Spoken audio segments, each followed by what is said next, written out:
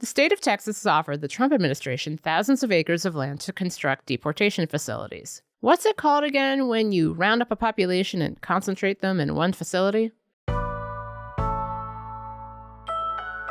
It's Thursday, November 21st. I'm Jane Coaston, and this is What a Day, the show where we will not stop calling Campbell's Soup, despite their efforts to rebrand. Because that's what it is. It's soup, made by Campbell's. This isn't hard. On today's show, Texas offers Trump land for his mass deportation plans, and there are new details about the allegations against Matt Gaetz. Let's get into it. The reality show that is President-elect Donald Trump's White House appointments keeps on rolling. But unlike other bad reality TV, we are all a captive audience to the cast of clowns being paraded in front of our eyeballs. Late Tuesday night, Trump picked Linda McMahon, the former chief executive of World Wrestling Entertainment, to be his next Secretary of Education. Does she have a lot of hands-on education experience? No.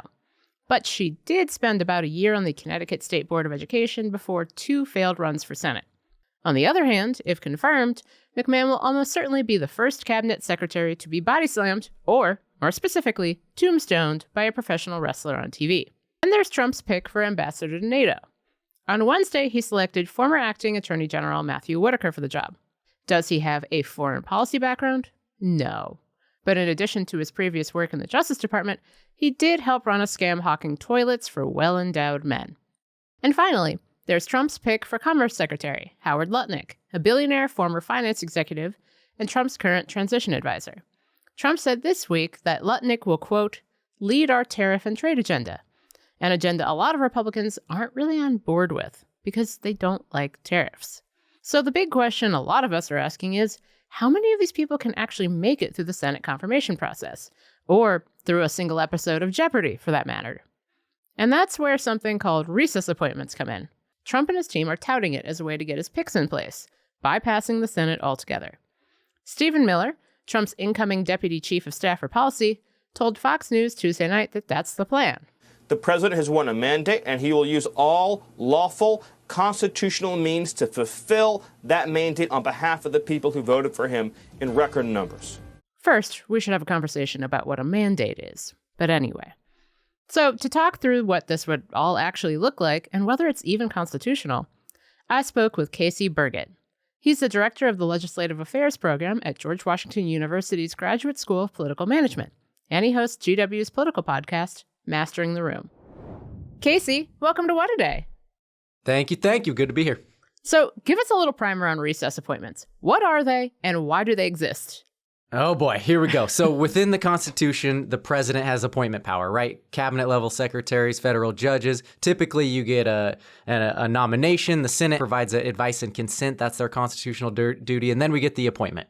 But there's also recess appointments written in the late 1780s for a time when there was no cars, no roads really, no internet. So basically when the Senate was often more not in session than they were in session. And so there's this appointment process that gives the ability to the president when the Senate is in recess to fill seats within his cabinet, federal appointments to allow the government to continue. It was written for a different age, and now it's being dusted off in a more aggressive way to apply in 2024 and 2025 and beyond. How frequently have recess appointments been used by other presidents, and have they ever been used for a cabinet-level position like Trump wants? Let's start out the easy one. No, not on the cabinet level. This is an escalation. If we know anything about presidents, they're going to try to take as much power as they can. And so long as Congress lets them, they're going to just keep doing it. And so this is that next iteration of the recess appointment power by Trump.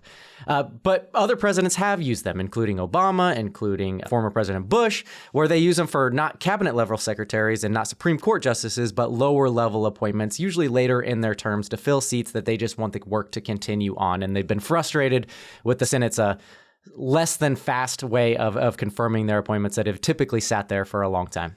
And for the person who's appointed this way, is it just the same as someone who is confirmed by the Senate? Because recess appointments are supposed to be temporary.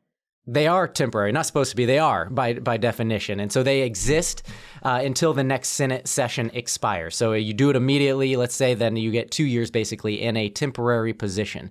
But it does come with all of the powers of the office, the same way that an acting secretary could. So yes and no, they have all the powers of the office, but everyone knows them as a recess appointee. It's kind of this inside baseball type of this person didn't get the real Senate confirmation process treatment. But even then, they issue orders to their bureaucracies, and they're going to follow them the same way they would a cabinet level secretary. But they also don't get paid.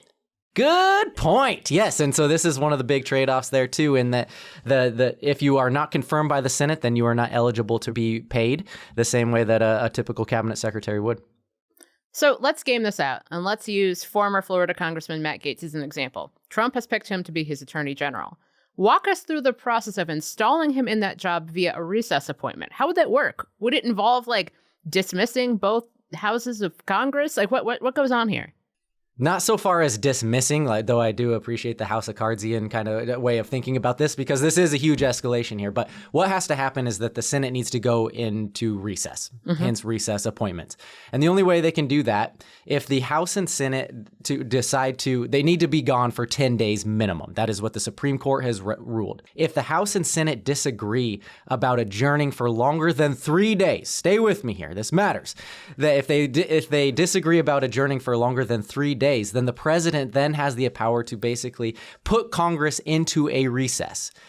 It's typically only seen as a break glass in case of emergency type scenario, like a terrorist attack or something like that, where Congress, you better get out of Dodge, I'm telling you as your commander in chief. This explicitly isn't that. So we would likely to see a challenge of the constitutionality question of, does his adjournment power, the president's, extend as far as him being so blatant and partisan to say, you guys get out of town so I can get the people I want without going through the actual process. So if Trump did try to adjourn Congress, could lawmakers just say no? It depends. If he has a Senate and a House majority, which he's obviously walking into the next Congress with, he can go pretty far without them saying boo. There's no outside umpire here saying, no, you can't do this, you're breaking the law. So long as the House and Senate go along with what the president wants to do, he can go pretty far in terms of his powers. But Democrats are going to object big time, and they're likely going to take to the courts to decide this constitutionality question of, does the president's adjournment power, can it be used for such explicitly and short-term partisan ends, like a recess appointment? Can that be the basis of his adjournment power? That would likely be run up to the Supreme Court, who is the body that decides these constitutional questions. Would they have other means of holding this up? Man, you're going to have to get really procedural. And if you have a united majority in the Senate and you have a united majority in the House, this is where it's really tough to broker all of those procedural obstacles that we think that are just existing in the House and Senate. You got to have a united front to do it. And without the majority, it's really tough to do.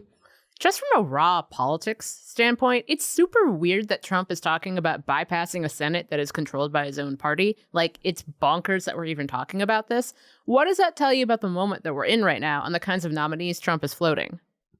That they wouldn't get confirmed without this process, right? You don't float this, especially with a Senate controlled by your own party. You're making your own people check your own power, which is basically, and maybe that's the end goal here, if we're giving a lot of credit to Trump here, the chess, not checkers argument of, like, let's see how far these folks are willing to support me. Are they willing to literally adjourn themselves, give up their power as a check on my appointment power, and just leave town when I say to? Like, is this the congressional equivalent of me say jump and we say how high? It's you leave town and I say you bet. For how long?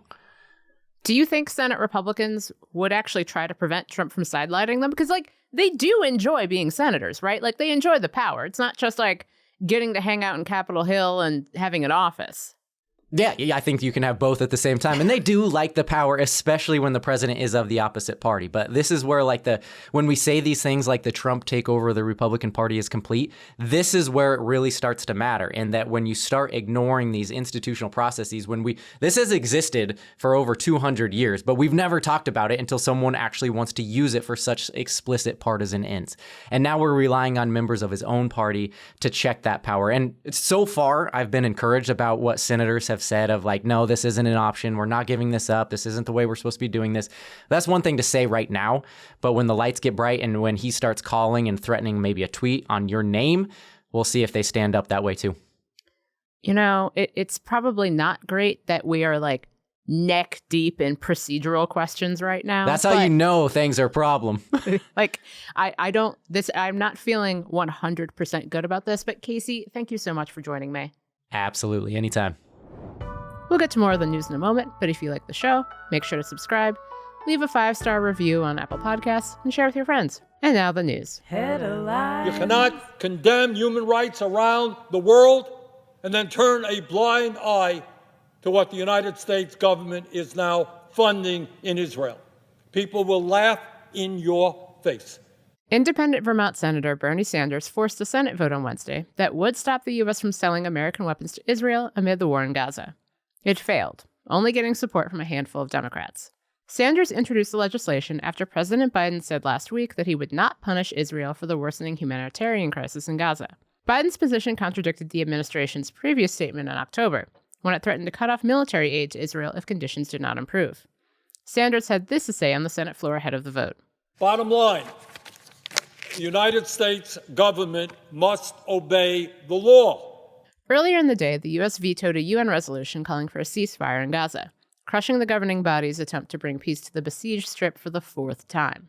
The most recent resolution calls for an immediate humanitarian pause in Gaza with no conditions. Deputy U.S. Ambassador Robert Wood cast the vote on behalf of the U.S., the only member of the UN to vote no.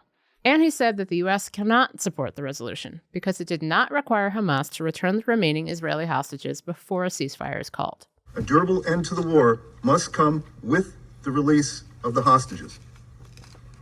These two urgent goals are inextricably linked. Mr. President, are you reconsidering the nomination of Matt Gaetz? No. President-elect Donald Trump confirmed Tuesday that he still supports the nomination of former Florida Congressman Matt Gaetz as his Attorney General. That's despite the investigation into allegations of sexual misconduct made against Gaetz. But that was on Tuesday. On Wednesday, the House Ethics Committee deadlocked along party lines on whether or not to release a potentially explosive report by the committee. However, this is 2024, and leakers be leaking. Part of the leaked investigation, which was first obtained by ABC News, reported that Gaetz sent at least $10,000 to 2 women in exchange for sex. A lawyer for the women says the report contains, quote, numerous damning photographs as well. Behind the scenes, Gaetz and Vice President-elect J.D. Vance have been having meetings with Republican members of Congress to try and rally support for his nomination and address potential concerns. But Gaetz may be running out of time. Representative Sean Casten from Illinois announced Wednesday that he's going to introduce a motion to force the entire House to vote on whether the report should be released. The state of Texas has offered the Trump administration thousands of acres of land to construct deportation facilities. In a letter to Trump, Texas Land Commissioner Dawn Buckingham said her office is ready to work with the Department of Homeland Security, Border Patrol, and Immigration and Customs Enforcement to help coordinate, quote, the largest deportation of violent criminals in the nation's history. What's it called again when you round up a population and concentrate them in one facility? But Trump's plan to use the military for mass deportations is already getting pushback, not just from Democrats. Here's Kentucky Senator Rand Paul on Newsmax Tuesday.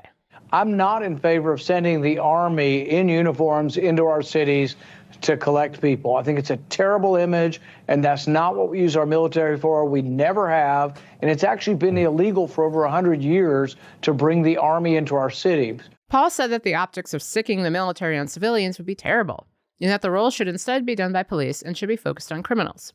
Trump has said he'll begin deporting hundreds of thousands of undocumented immigrants on the first day of his presidency, and has nominated former ICE Director Thomas Homan as border czar to oversee the operation. House Speaker Mike Johnson changed House rules on Wednesday because of transphobic nonsense. Johnson announced all transgender people will be banned from using bathrooms that align with their gender identity on the Hill. He said the rule will apply to facilities in the Capitol and House office buildings. We told you on yesterday's show about how South Carolina Congresswoman Nancy Mace introduced a resolution this week that would ban trans women from women's bathrooms on the Hill. It's aimed squarely at Delaware Democratic Congresswoman-elect Sarah McBride, the first openly trans member of Congress. McBride put out a statement on Wednesday in response, saying she'll follow whatever House rules are in place when she assumes office. She said she's, quote, not here to fight about bathrooms, because she's focused on, doing her job. And that's the news. One more thing. I don't talk about my own religious views on this show. It's personal, and generally I don't want to do it. But I think it's worth speaking as a Christian with a deep familiarity with Christianity and Scripture when discussing efforts by Republicans in states like Louisiana to enshrine their beliefs and that's the critical point here, into law and our schools.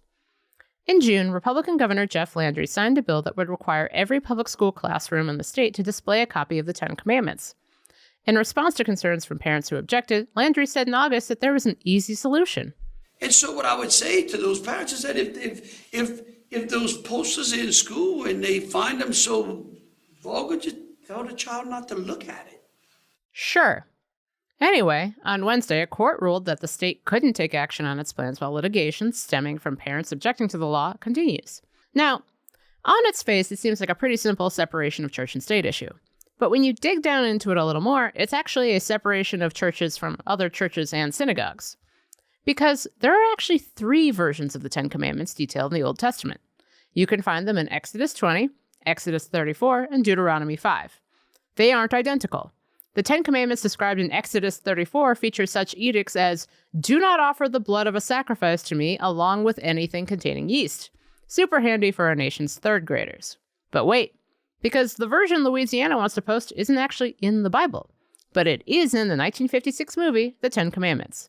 And many Protestants use that version, but many Catholics and Jewish people don't. Now, the argument from the state of Louisiana is that this isn't about religion at all, but history.